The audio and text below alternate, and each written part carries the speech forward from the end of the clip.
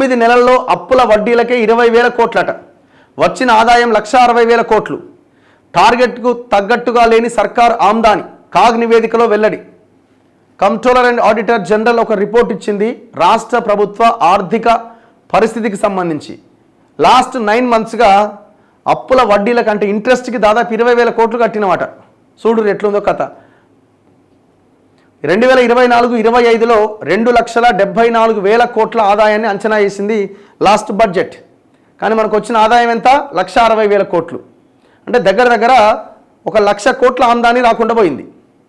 ఆ లక్ష్యాన్ని చేరలే. లక్ష్యం చేరాలంటే ఇంకొక 3 నెలలే ఉంది. ఈ 3 నెలల్లో 1,14,000 కోట్లు కావాలి. వస్తుందా? అవకాశం లేదు. మహా అయితే 20-30,000 కోట్లు ఏమొస్తుందో, అంతకుమించి అవకాశం లేదు.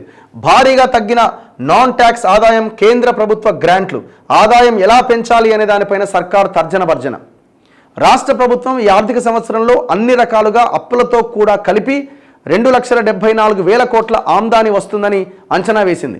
డిసెంబర్ నాటికి 9 నెలల్లో 1,60,00,000 మాత్రమే వచ్చింది. 1,60,000 కోట్లు మాత్రమే వచ్చింది. టార్గెట్ చేరుకోవాలంటే ఈ జనవరి నుంచి మార్చి వరకు 3 నెలల్లో మరో 1,14,000 కోట్ల ఆదాయం కావాలి. 9 నెలల్లో అప్పుల మీద వడ్డీలకే దాదాపు 20,000 కోట్లు చెల్లించింది. రాష్ట్ర ప్రభుత్వానికి గత 9 నెలల్లో వచ్చిన ఆదాయ ఖర్చుల వివరాలతో ఈ మేరకు కంట్రోలర్ అండ్ ఆడిటర్ జనరల్ తాజా నివేదికను విడుదల చేసింది.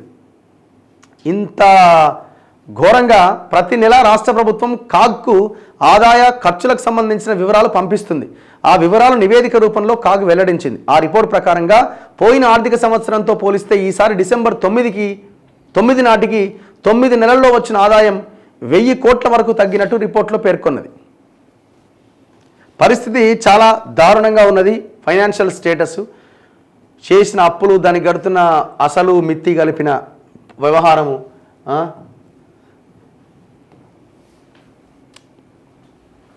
అందుకే మేమేమంటున్నామంటే, ఇప్పుడు ఈ రాష్ట్ర ఆర్థిక పరిస్థితి మెరుగుపడాలంటే ఈ పథకాలు కానీ లేకపోతే ఇండ్లు కానీ ఇంకోటి కానీ ప్రభుత్వం ఇవ్వాలనుకుంటే, అరే కబ్జా చేసిన భూమి కొన్ని లక్షల ఎకరాలు ఉన్నది రాష్ట్రంలో. కార్పొరేషన్ల పేరుతో లేకపోతే మన టీజీఐఏసీ కంపెనీలకు ఇచ్చిన సెజ్ల పేరుతో ఇచ్చిన భూములు కావచ్చు, అవన్నీ నిరుపయోగంగా ఉన్నాయి. కొన్ని రియల్ ఎస్టేట్ వెంచర్లు వేసుకొని అమ్ముకుంటున్నారు. ఆ భూమిని వెనక్కి తీసుకోండి. ఆ భూమిని వెనక్కి తీసుకొని అందులో 20% వేలం వేసినా 5 ఏళ్ళు నడుస్తుంది రాష్ట్రం. 5 ఏళ్ళు అద్భుతాలు చేయొచ్చు. కానీ ఆ పని చేస్తామంటే చెయ్యం. ఎందుకంటే వాడు దోపిడీ చేసిన దాంట్లో మనకు సగం కావాలని కోరుకుంటాం. కానీ వాడి దోపిడీ చేసింది వెనక్కి తెచ్చి ప్రజల కోసం దాన్ని ఖర్చు పెట్టాలని ఆలోచన ఎందుకు చేస్తారు? వీళ్ళు చేయరు. మళ్ళీ వాడి జోబుని వాడి 2 జోబులు నిండినాయి, వాడు ఇంకో జోబులో ఉన్నది నా జోబులోకి రావాలనుకుంటున్నాను తప్ప ప్రజల కోసం దాన్ని కనీసం ప్రజల కోసం చేయాలని ఆలోచన వస్తలేదు.